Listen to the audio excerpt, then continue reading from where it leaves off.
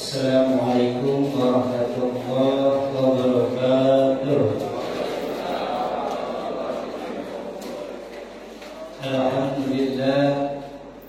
Alhamdulillahilladzi ja'ala al-ilma arfa'a sifatil kamaliyah wa asyhadu an la ilaha illallah wahdahu la syarika lah alladzi khassa man syaa min ibadihi bil ma'asiril hukmiyah wa asyhadu anna sayyidana wa nabiyyana Muhammadan 'abduhu wa rasuluhu alladzi khassahu Allah ta'ala bi jami'i kamalatil ubudiyyah. Wassalatu wassalamu ala sayyidina Muhammadin wa ala alihi wa ashabihi tahirin al-mujahidin, amma ba'du. Faqad qala al-mu'allif rahimahullahu ta'ala wa nafa'ana bihi wa bi'ulumihi fid dharain amin ya rabbal alamin. Tahiyatan thayyibah wa ihtiramatan hasanah. Yang saya hormati dan yang saya muliakan, wabil khusus kepada ketua masjid dan pengurus-pengurus masjid, bapak-bapak dan ibu-ibu, para pengajar, para ustaz, para kiai, allati lam yusamma ismuhu, yang mana tidak disebutkan namanya satu persatu, mudah-mudahan tidak mengurangi rasa hormat dan ta'zim. Para jamaah yang saya hormati, alhamdulillah pada kesempatan pagi yang cerah ini kita dapat berkumpul dalam acara pengajian rutinitas pengajian subuh setelah sholat berjamaah. Mudah-mudahan perkumpulan ini menjadi perkumpulan, menjadi muqaddimah kita kelak berkumpul bersama Rasulullah sallallahu alaihi wasallam di surga. Alhamdulillah, Pak. Sehat, Pak, ya?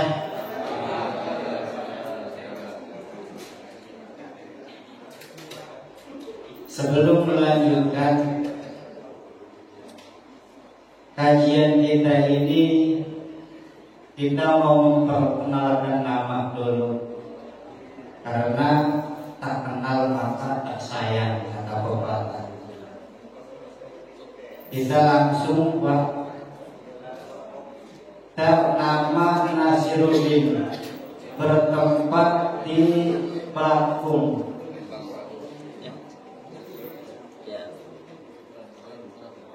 Di pengurusan MWCNU. Alhamdulillah kita diberikan oleh Allah berupa kenikmatan, yaitu sehat tambah afiat. Ketika kita ngomong sehat, sehat itu ada dua. Ada yang sehat, ada sehat ditambah afiat. Orang sehat itu badannya sehat, tapi belum tentu melakukan pekerjaan baik. Beda dengan sehat ditambah afiat. Badannya sehat, bisa melakukan perbuatan-perbuatan yang diperintah oleh agama. Itu sehat dan afiat. Kita semua beruntung dikaruniai oleh Allah sehat berikut dengan afiat. Badannya sehat, mau melakukan ketaatan kepada Allah. Alhamdulillah, Pak Bu. Karena setelah kita lihat banyak sekali orang yang melakukan maksiat, banyak dari orang yang sehat,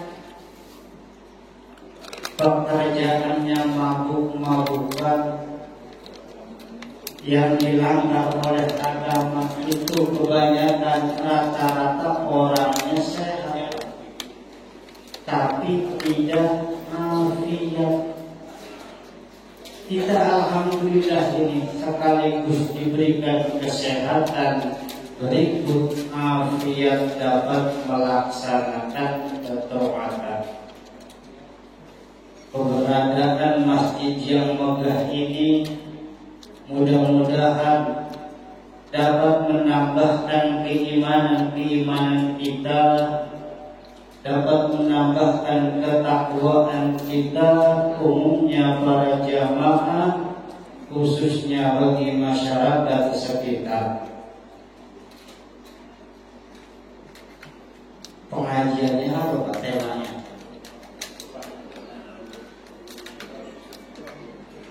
Oh.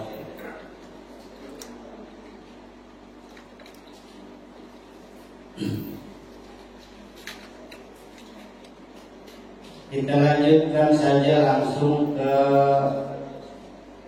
alhamdulillah, mudah-mudahan sesuai apa yang dikatakan Rasulullah, man taqala yuta'allama al-ilma ghufira lahu ma taqaddama. Barang siapa pindah tempat baik dari rumah ataupun dari pos kamling, secara jalan kaki ataupun naik kendaraan, dengan tujuan liyuta'allama, untuk mencari ilmu agama, maka orang tersebut ghufira lahu ma taqaddama, Allah ampuni segala macam dosa-dosanya. Mudah-mudahan langkah-langkah kaki kita diberikan berlipat-lipat pahala oleh Allah Subhanahu wa ta'ala, dan menjadikan bukti tanda ketaatan kita kelak di hadapan Allah Subhanahu wa ta'ala pada hari kiamat. Berbicaranya saya di depan ini bukan berarti pribadi saya yang bisa, yang pintar, akan tetapi yang pintar itu bapak-bapak dan ibu-ibu. Karena apa? Karena bapak-bapak yang mendengarkan ilmu ini termasuk ahli ilmu, karena sudah memiliki tanda, yaitu yang disebut tawadu. Tawadu Pak tahu ya? Tawadu. Tawadu apa Pak? Tawadu rendah hati. Yang di sana mau tahu warna duit. Sebagian daripada tanda tawadu yaitu umur sering menyamar, kayak bapak-bapak dan ibu-ibu nyamar, padahal itu disebut tawadu, di mana tanda tawadu itu mau mendengarkan ucapan atau pembicaraan yang lebih rendah darinya. Pada hakikatnya, kata Rasulullah, kita terkumpul di masjid ini yaitu tidak lain tidak bukan tujuannya mencari ilmu, di mana disebutkan barang amkan fitola bil ilmi karena jannatu fi tolabihi. Siapa orang berada dalam tuntutan ilmu, karena jannatu, maka surga dalam tuntutannya. Jadi pada hakikatnya orang yang mencari ilmu itu hakikatnya lagi mencari surganya Allah Subhanahu wa ta'ala. Sebaliknya, ketika seseorang melakukan kemaksiatan perilaku jahat yang bertentangan di dalam agama, maka pada hakikatnya dia daftar ke neraka. Na'udzubillahi min dzalik.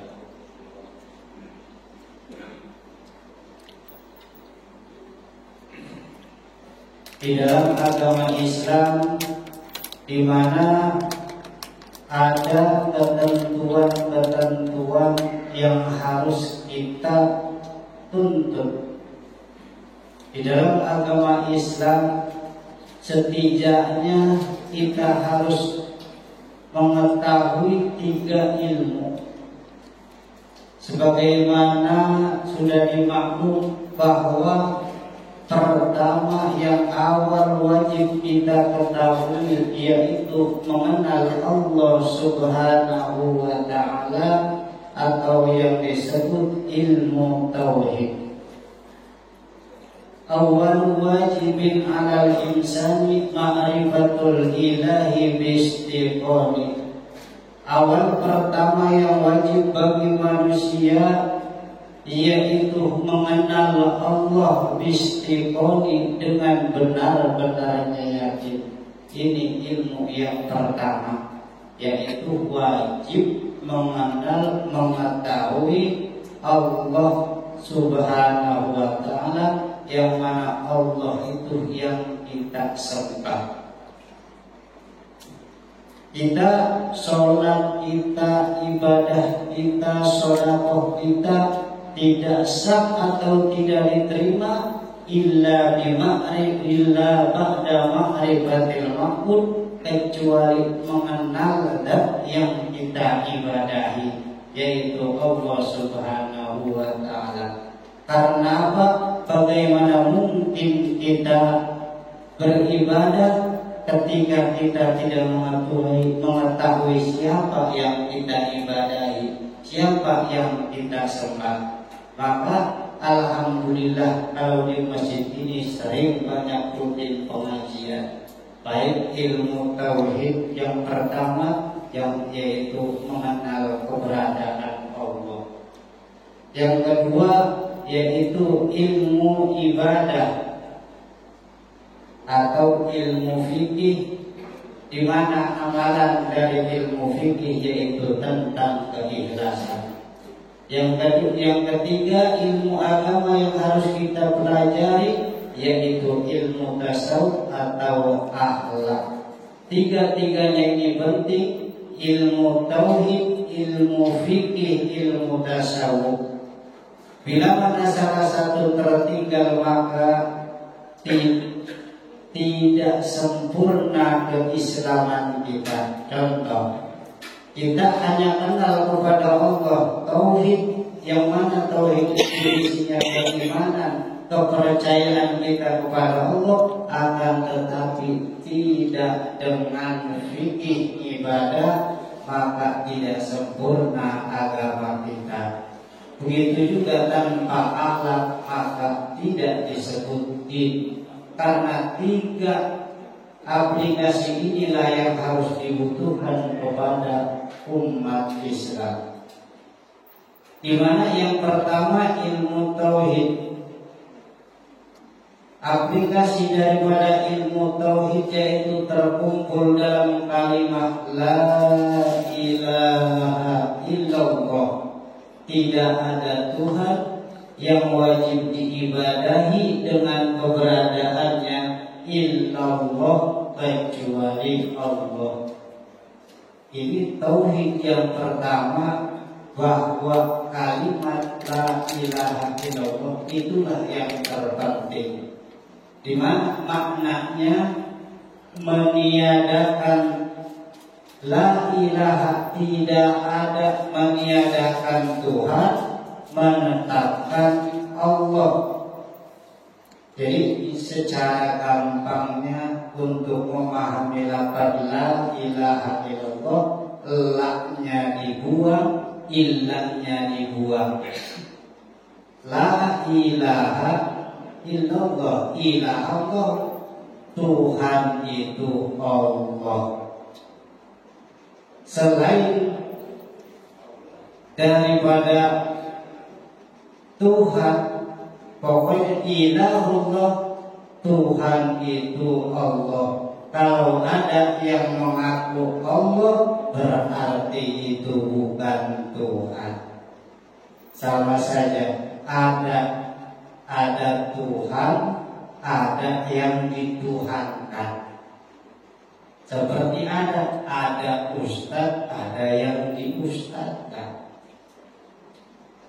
Yang diustadkan bagaimana? Ya mudah, pakai aja sorban yang gede, pakai peci yang tebal, itu diustadkan. Belum tentu, meskipun sorbannya panjang gede, tapi kalau disebut diustadkan bisa jadi itu dukun. Kalau ustadz itu yang benar-benar berilmu. Maka pertama yaitu la ilaha illallah. Maka la ilaha illallah itu disebut miftahul jannah, pintunya surga. Maka sudah kita yakin ada kaidah perkataan ulama bahwa mangkana akhiru kalamihi la ilaha illallah dakhala jannah. Siapa orang yang akhir hayatnya membaca la ilaha illallah, dia pasti akan masuk surganya Allah Subhanahu wa ta'ala. Jadi yang la ilaha illallah akhir hidup, ketika la ilaha illallah lalu dia mati, maka dia lafaz la ilaha illallah terbawa mati. Akan tetapi la ilaha illallah disebutkan miftahul jannah, pintu surga. Disebutkan kata ulama, tidak ada kunci kecuali di situ illalas, dan kecuali ada geriginya. Tiap-tiap kunci itu ada geriginya. Sama saja la ilaha illallah itu ada geriginya, di mana geriginya itu harus paham dengan la ilaha illallah, harus bisa membahas tentang la ilaha illallah. Maka ketika kita menguraikan, walaupun mengucapkan la ilaha illallah fasih, tapi untuk mengertikan la ilaha illallah tidak mengerti, maka bolonglah kunci surga. Gagal untuk memahami la ilaha illallah, maka persyaratan untuk la ilaha illallah itu kurang. Maka di antara persyaratan la ilaha illallah yaitu ada dua. Yang pertama yaitu harus menafikan, meniadakan Tuhan, dan diisbatkan ada yang ditiadakan, ada yang ditetapkan. Tidak ada Tuhan illallah kecuali Allah. Dua-duanya ini harus ada. Kalau kita hanya sekedar meniadakan, berarti Allah tidak ada. Begitu juga kita hanya sekedar menetapkan, tapi tidak diberangi menafikan, berarti Tuhan dua. Menetapkan bahwa Allah ada, tapi tidak menafikan yang lainnya, berarti Allahnya bukan satu. Karena beranggapan ada lain-lain Tuhannya.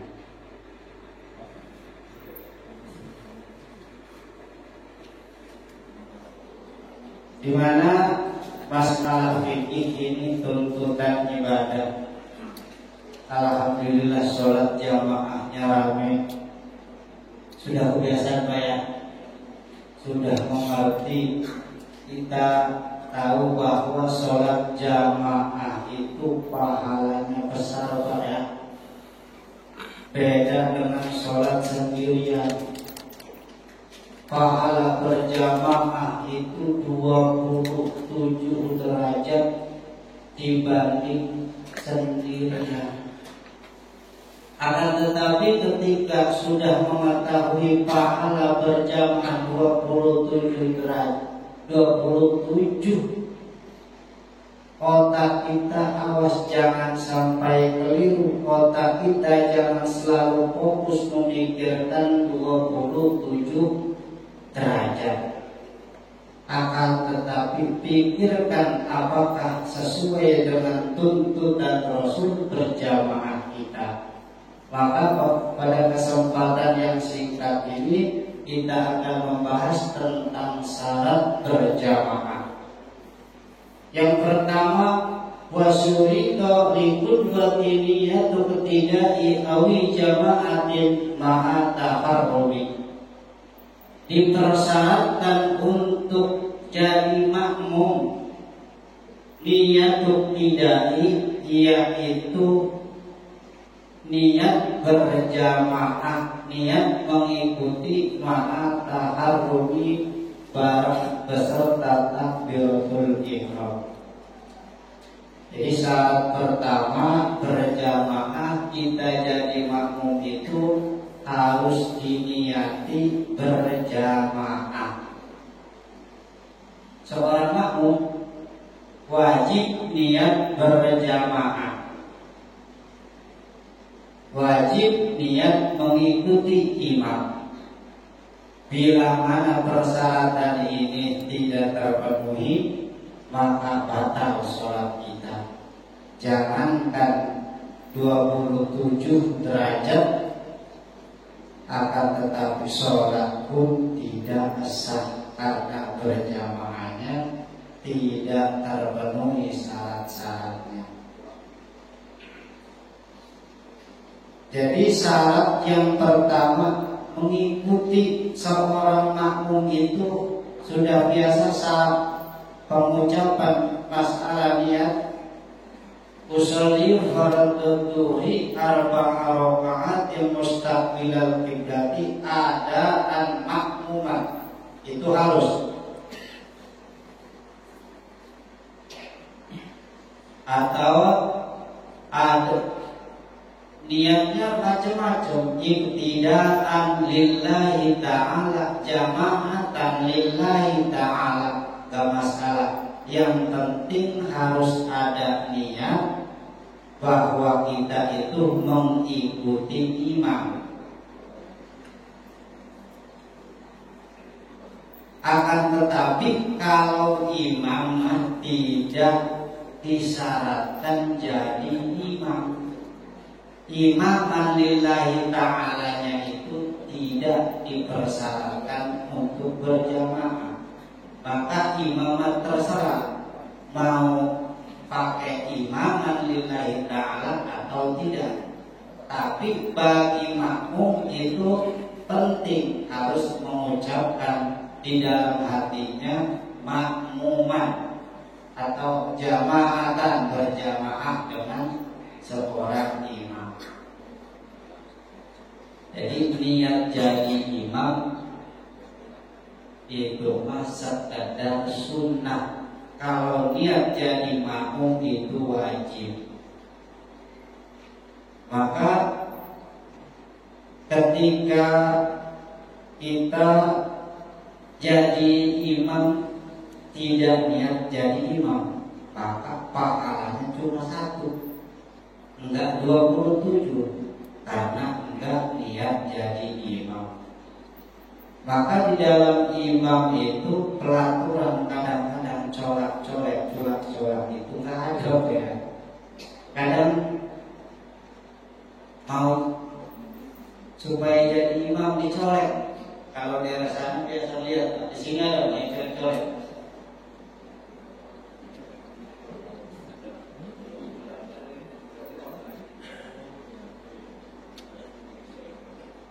Karena meskipun nggak niat jadi imam, nggak dicorekin, tetap jadi kalau untuk imam. Yang harus ditaati itu makmumnya yang jadi makmum. kalau imam meskipun nggak dicolek kita jadi makmum dia tetap sah jadi imamnya. Wa ada mutaqaddumi ala imamihi bi'aqibin. Syarat menjadi makmum yaitu tidak maju dari imamnya, bi'aqibin dengan tumitnya.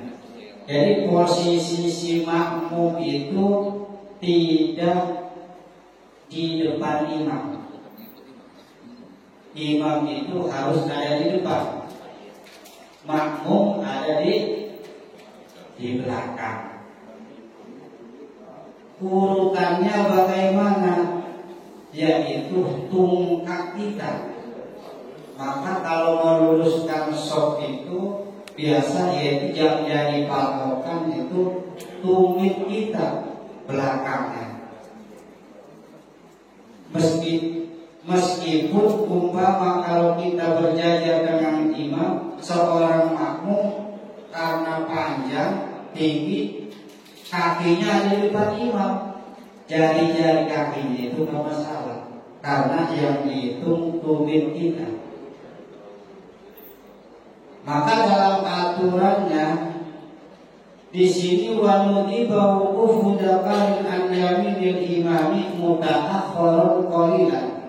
Disunahkan berdiri seorang laki-laki di samping kanannya imam mundur sedikit cara baris. Jadi ketika ada imam dan makmum cuma ada dua, imam satu, makmum satu, maka posisi seorang makmum itu harus mundur sedikit dengan ukuran tungkaknya ke belakangan. Itu aturan berjamaah sunahnya. Kalau umpama ada imam satu, makmum satu, langsung mundur, berarti enggak dapat 27. Padahal habis kemana? Berjamaah. Enggak berjamaah. Kalau imamnya di depan, makmumnya di belakang sini, itu tidak sah, enggak mendapatkan pahala 27. Maka posisinya bila mana ada dua orang rapat, maju dikit imamnya. Fa in jaa ahlu ahrama an yasarihi. Kemudian umpama datang seorang makmum satu lagi, maka di samping kirinya, tadi kanan kemudian kiri, mundur dikit belum sini. Kalau umpama datangnya bercicilan, satu belah sini satu, situ satu. Kalau udah ada dua, baru nanti mundur. Itu urutannya. Dan terus kayak begitu. Nanti urutan masuknya setelah udah mundur, datang lagi jamaah yang lain ke kanan, terus datang lagi isi yang kiri, isi kanan kiri, terus kayak begitu. Bila mana umpama kanan penuh kanan, sementara kiri belum penuh, maka umpama yang kanan 2, 3, 4, belah kiri 4, sementara yang datang lagi terus, yang kanan udah penuh, yang kiri masih kosong. Maka ukuran kanan kiri, yang kanan ini yang sebelah sana itu enggak dianggap berjamaah nantinya. Sebelah kanan ada 8 umpama, sebelah kiri ada 4. Jadi yang 4 di sebelah kanan ini tidak mendapatkan pahala berjamaah 27. Karena apa? Barisan yang sebelah kiri belum sama, miring. Iya, miring banget. Jadi terus harus kanan kiri. Setelah sop sudah penuh, maka yang di belakang baru di belakang isi lagi. Terus kanan kiri. Makruh umpama kalau sudah barisan penuh itu dimakruhkan berjamaah sopnya sendirian. Maka ketika kita datang terlambat terus sop sudah penuh, maka ini ada tuntunan minta tolong untuk dibantu dikawani. Ini aturan kadang yang dicolek ini, Pak. Jadi nggak boleh sholat berjamaah sendirian. Sopnya sendirian. Kalau umpama datang nggak ada barisan lagi, minta bantu sama yang di depan, tolong bantu untuk berjamaah.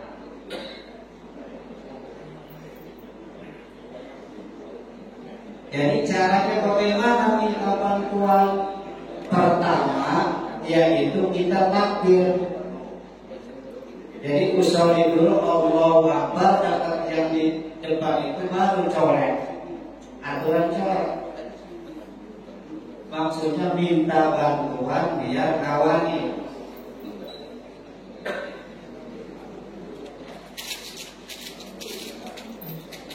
Setelah dicolek, yang dicolek ini sunnah untuk mundur. Akan tetapi colekan ini mempunyai syarat. Ketika yang dicolek, yang colek ini punya anggapan bahwa yang dicolek, yang dipinta bantuan itu kira-kira mau, kira-kira ngerti. Kalau nggak ngerti bingung ketika dicolek minta bantuan bukan ini, tapi dicolek apa sih nanti kan? Kalau nggak ngerti, Pak dicolek ada apa sih?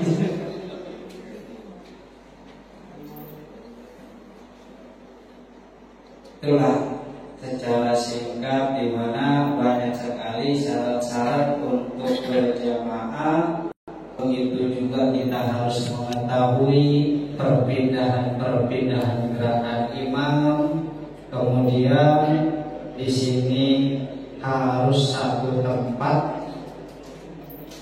dengan kemudian kita seorang makmum itu tidak mempunyai pikiran kalau imamnya ini sholatnya batal. Kemudian tidak sah kita bermakmum kepada orang yang umi.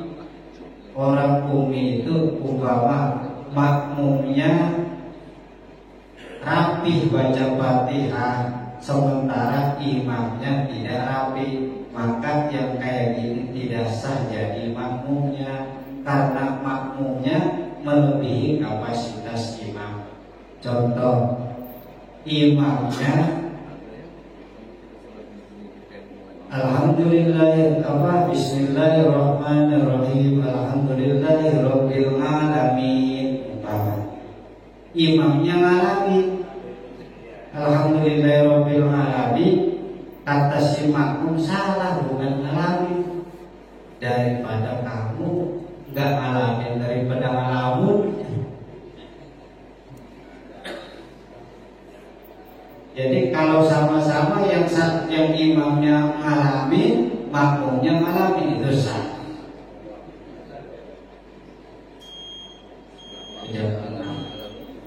Begitu juga harus wudhu sama bentuk sholatnya. Maka kita boleh jadi makmumnya sholat Isya, imamnya sholat taraweh, gak apa-apa bermakmumnya, karena untuk mendapatkan pahala berjamaah. Hanya itulah yang dapat saya sampaikan. Wallahul muwaffiq ila